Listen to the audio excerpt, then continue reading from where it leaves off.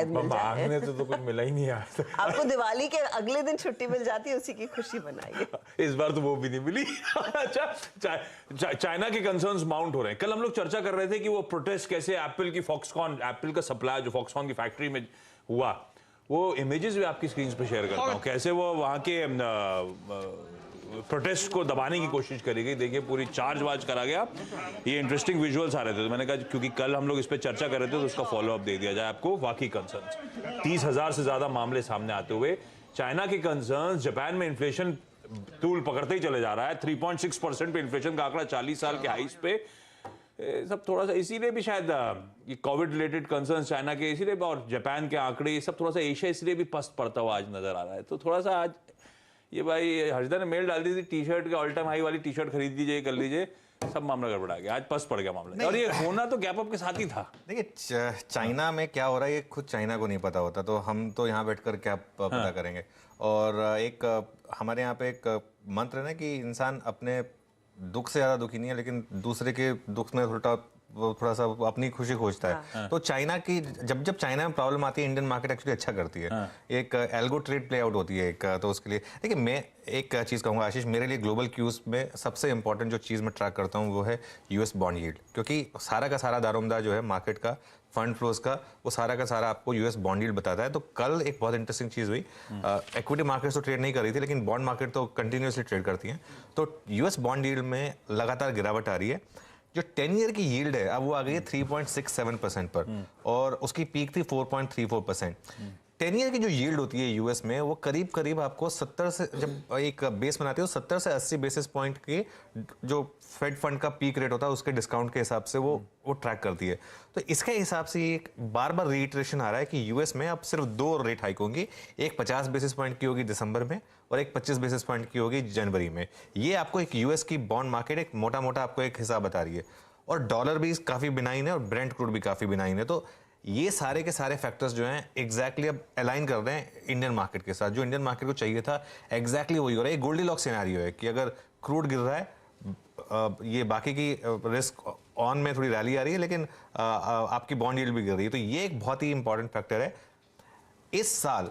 और dollar terms में India world के 3 बेस्ट मार्केट्स में से रहा है। मेरे ख्याल से 1 या 2 ही और इंडियन मार्केट से ज़्यादा आउट परफॉर्म करने वाली मार्केट्स रही होंगी बड़ी मार्केट्स में, लेकिन इंडिया ने, तो ये एक फैक्टर है जो क्लियरली इंडिया के साथ रहा है। अच्छा, दिसंबर में नॉर्मली मार्केट का ट्रेंड चेंज नहीं होता। मार्केट एक हो सकता है कि आपको 1-2% का इधर उधर स्विंग दे दे, लेकिन ऐसा नहीं होता कि अगर नवंबर तक मार्केट स्ट्रांग रहा है तो दिसंबर में गिर जाए, ये नहीं होता मार्केट में। तो ये एक और फैक्टर है जो मुझे लग रहा है कि आपके लिए पॉजिटिव है। और एक कल भी जो हमने बात की थी कि अब नैस्डैक पे नजर रखिए, क्योंकि वो एक क्लियर इंडिकेशन दे रहा है बॉटम आउट करने का, और उसी से हमको भी एक सिग्नल मिल रहा है कि आईटी में एक बॉटम बन चुका है। पिछले 3-4 दिन से हम ये बात कर रहे हैं कि आईटी में अब शायद और सेलिंग नहीं है यहाँ से, तो आईटी की जो रैली है वो बहुत ही स्ट्रांग है। जो यूएस का डेटा है ये गोल्डीलॉक सिनेरियो है। अगर यूएस में रिसेशन ना आए लेकिन at the same time inflation peak कर जाए और इंटरेस्ट रेट पीक कर जाए, तो वो एक बहुत बड़ा फैक्टर होगा। अगर आपका एक जो इंजन था मार्केट का वो फायर नहीं कर रहा था, जो कि निफ्टी आईटी था, कल 2.5% की रैली थी इसमें, अगर ये फायर करने लगेगा यहाँ से तो 18,600 तो खैर मैटर ऑफ टाइम, लेकिन आगे जाते हुए 19,000 और 20,000 के भी लेवल जो हम लगातार डिस्कस कर ही रहे हैं कि वो आने चाहिए। इस साल नहीं तो अगले साल तो आपको 20,000 निफ्टी पर दिखना चाहिए। वाह, ठीक बात है। अच्छा, मैंने हिस्टोरिकल नवंबर सीरीज दिखाई थी, अब दिखाता हूं आपको। आमतौर पे कहा जाता है दिसंबर सीरीज का हिस्टोरिकल प्रदर्शन कैसे रहता है वो आपकी स्क्रीन पर आएगा। कहा जाता है Santa rally. At least series on series वो सैंटा रैली आपको नजर नहीं आएगी। 2020 एक एबरेशन था, हम सब जानते हैं। अदरवाइज जैसे अभी कह भी रहे थे, बिल्कुल म्यूटेड परफॉर्मेंस रहता है। ये हो सकता है साल के एंड में, सीरीज के एंड में जाते जाते तेजी आए, क्योंकि एफआईआईएस छुट्टी पे होते हैं, डीआईएस अपनी एनएवी प्रॉप अप करने की कोशिश कर रहे होते हैं, तो कैश मार्केट कुछ स्टॉक हरकत में आते हैं, जरूर हर साल होता है, लेकिन अदरवाइज काफी म्यूटेड रहती है दिसंबर की सीरीज हिस्टोरिकली। इस बार कैसा रहेगा उसके लिए तो क्वेश्चन मार्क डला हुआ है, लेकिन इंडिकेशंस क्या आ रहे हैं, रोल ओवर्स का डेटा क्या सजेस्ट कर रहा है, दिसंबर सीरीज कैसी पैन आउट हो सकती है, कैसा लग रहा है सेटअप? बिल्कुल, देखिए एक तो पहली बात, कल के जो एफआई के कैश आंकड़े थे उनको इग्नोर कर दीजिए, क्योंकि वो आर्बिट्राज एनवायरनमेंट थी, पूरी एफआई का था। वो जो आप दिखा रहे थे ना उसमें दिसंबर ऑब्वियसली वो कोविड वाला ईयर था, जो फर्स्ट कोविड की वेव आई थी, इसके लिए वो भी एक एबरेशन था। अदरवाइज जैसा आपने कहा दिसंबर में कोई बहुत बड़े मूव्स आपको मिलते नहीं है मार्केट में। एक मार्केट जो है वो कंसोलिडेट करता है, क्योंकि वॉल्यूम्स नहीं होते हैं, सब छुट्टी पे चले जाते हैं, लोग लाइफ एंजॉय करते हैं, मतलब हम तो ऑब्वियसली रोज आके आपको बताते हैं कि क्या हो रहा है मार्केट में, लेकिन दिसंबर में लोग नवंबर तक जो पैसा बनाते हैं, प्राइवेट इक्विटी प्लेयर्स जो होते हैं वो सारा का सारा पूरा दिसंबर छुट्टी पे रहते हैं। बड़े एफआईज छुट्टी पे रहते हैं, तो जो उनकी जो ब्रोकरेज डेस्क होती हैं वो भी छुट्टी पे रहती हैं। रोलओवर का आंकड़ा आशीष बहुत स्ट्रांग है और ये बहुत ही इंटरेस्टिंग है। 82% रोलओवर हुआ है। और एक बार जरा आप पिछले कई महीने का रोलओवर देखिए। स्टार्ट करते हैं अगस्त के महीने के साथ 76% था, सितंबर में 82%, सितंबर में भी स्ट्रांग था, अक्टूबर में 78% था, नवंबर में 76% था और अब दिसंबर में देखिए 82% का रोलओवर। अब एक निफ्टी का ओपन इंटरेस्ट, फ्यूचर्स का open interest start of the series में लेकर आते हैं। यहां पर देखिए बहुत इंटरेस्टिंग चीज हुई है। अगस्त में वो करीब करीब 90 लाख था, सितंबर में काफी हाई ओपन इंटरेस्ट था, अक्टूबर में भी हाई था, नवंबर में थोड़ा कम था, लेकिन अब 1.12 करोड़ शेयर। और प्रीमियम देखिए आप नवंबर फ्यूचर्स का, दिसंबर फ्यूचर्स का 150 पॉइंट का प्रीमियम। मार्केट में स्पेकुलेशन बहुत है इस समय, ये मेरे को एक चीज तंग कर रही है। एफआईआई का लॉन्ग एक्सपोजर ले आइए। एफआईआई का लॉन्ग एक्सपोजर स्टार्ट के सीरीज के स्टार्ट में 77% और ये कॉन्ट्रैक्ट के टर्म्स में ऑलमोस्ट ऑल टाइम हाई पर है हम एफआईआई लॉन्ग्स के मामले में। रिटेल भी लॉन्ग है, ऐसा नहीं कि रिटेल शॉर्ट है। तो एक ऑलमोस्ट हर कोई लॉन्ग है इस मार्केट में, कंसेंसस बन चुका है कि मार्केट बाय करेगा। तो मेरे ख्याल से अब अगर आप एक वैल्यू इन्वेस्टर हैं तो इस लेवल पर बाय नहीं कर सकते आप। लेकिन प्रॉब्लम यह है कि अभी शॉर्ट भी नहीं कर सकते इस मार्केट को, क्योंकि मार्केट में शॉर्ट का कोई इंडिकेशन नहीं है। तो आपको एक जिसे कहते हैं ना, एक रिलक्टेंट बुल बनना पड़ेगा इस मार्केट में। और रिलक्टेंट बुल बनने का सिंपल तरीका है, हर रोज आप अपना स्टॉप लॉस ट्रेल करिए, मोमेंटम इन्वेस्टिंग के हिसाब से काम करिए। इस महीने काफी ट्रिगर्स भी, आरबीआई की पॉलिसी आएगी पहले तो 7 दिसंबर को उसका अनाउंसमेंट आएगा। उस पर हम देखेंगे क्या बात हो रही है, इन्फ्लेशन की ट्रेजेक्टरी कैसे रहेगी ये देखेंगे, और सेंटा क्लॉज रैली आएगी कि नहीं आएगी। हर बार उम्मीद करते हैं नहीं आती है, लेकिन उम्मीद तो हर बार रहती है, तो इस बार भी रहेगी कि शायद सेंटा क्लॉज रैली आएगी। ये है सेटअप, थोड़ा सा एग्रेसिव तेजी और रिलक्टेंट बुल बनना पड़ेगा हमें इस बाजार में। मोमेंटम के साथ ही इस समय मोमेंटम अच्छा अपसाइड पे है, उसी के साथ ही स्टिक अराउंड करने की जरूरत। पर फिर अब कल का मार्केट हो गया अपनी जगह, अब निफ्टी पे अप्रोच कर रखूं। वो एक कहावत होती है, when the cats away mice play. कल ग्लोबल क्यूज नहीं थे, हमने खूब एंजॉय करा। आज लौटने वाले हैं चच्चा, तो थोड़ा सा मामला पस्त पड़ता हुआ। और अब करना क्या है? इस तरह की अच्छी तेजी किसी ने एंटिसिपेट नहीं करा होगा कि वो 300 350 जो अपन पहले थे उसको 360 के ऊपर क्या तेजी पकड़ी, वाकई प्ले आउट होती हुई नजर आई। 360 वो इसीलिए वो इंपॉर्टेंट लेवल था। 360 क्योंकि वो ऑप्शंस का बेस था। वो क्रॉस होते ही मार्केट ने आपको जबरदस्त मूव दिखाया। और देखिए कल एक बहुत इंटरेस्टिंग चीज थी, कल निफ्टी ने आउट परफॉर्म किया बैंक निफ्टी के मुकाबले। और वो हमने सुबह एक चर्चा भी की थी कि शायद निफ्टी कल के लिए आउट परफॉर्म करेगा, क्योंकि एक कंसेंसस बन चुका था मार्केट में कि बैंक निफ्टी आउट परफॉर्म करेगा। तो कल मार्केट में एक मूव था कि निफ्टी आउट परफॉर्म करेगा। और आशीष का एक रीजन था, कल हमने सुबह मार्केट खुलने से पहले कहा था कि आईटी निफ्टी पर ध्यान दीजिए, वो एक आपको एक बड़ी मूव दिखाएगा।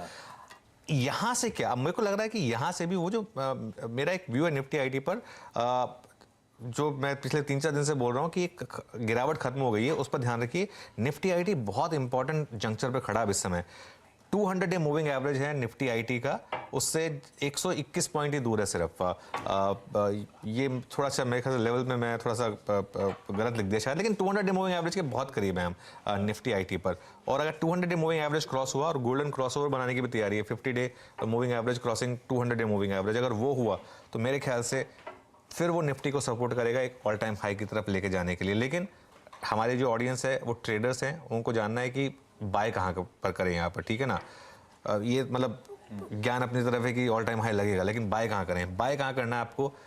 देखिए जो भी प्रीवियस रेजिस्टेंस जोन होता है वो सपोर्ट जोन बन जाता है मार्केट के लिए। तो 18360 जिसको कि हम प्रीवियस रेजिस्टेंस जोन मानकर चल रहे थे कि बहुत स्ट्रांग रेजिस्टेंस जोन है, अब वो आपके लिए सपोर्ट बन गया। तो 18360, मैं अब ये नहीं कह रहा कि 18360 पर ही बाय करें, 18360 अब आपके लिए स्टॉप लॉस बन गया। तो मतलब 18380, 90, 400 इस तरीके की कोई डिप मिले अगर आपको, तो उस पर बाय करना है आपको with 18350 as your stop loss. और निफ्टी का बेस मूव हो गया 18250 पर। तो अगर आप पोजिशनल ट्रेडर हैं तो आपका जो ट्रेलिंग स्टॉप लॉस है वो बढ़कर अब हो जाना चाहिए 18250 पर। देखिए आशीष, ये तेजी हमने 16800 से स्टार्ट की थी। 16800 से हमने एक बुलिश व्यू लिया था पोजिशनल ट्रेडर्स के लिए, और लगातार रोज कहा था कि रोज अपने आप स्टॉप लॉसेस ट्रेल करिए। 18050 तक गया था वो ट्रेलिंग स्टॉप लॉस, फिर 18150 पे आया वो, और अब वो 18250 पर आ गया ट्रेलिंग स्टॉप लॉस। अगर आप पोजिशनल ट्रेडर हैं, तो डे ट्रेडर हैं तो बहुत स्ट्रिक्ट स्टॉप लॉस 18360, 350 का आपको लगाना पड़ेगा निफ्टी पर। ये लेवल जरा ध्यान रखिएगा, आपकी स्क्रीन से बड़े प्रोड्यूसर साहब ने लिख भी दिए हैं, नोट डाउन करिए, स्क्रीनशॉट ले लीजिए इन लेवल्स का।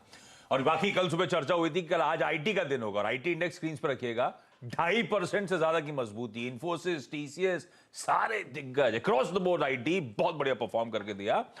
निफ्टी बैंक भी पीछे नहीं था, वो अपनी चाल चल चुका है और कल भी मोमेंटम में पार्टिसिपेट कर ही रहा था। 43,000 के ऊपर के टेक्स अब निफ्टी बैंक पे, वो जो डायरेक्शनली कॉल लिया था उसकी तरफ बढ़ते ही चले जा रहे हैं। गजब का मूव। 44,000 तो खैर बैंक निफ्टी में ओपन हो गया है।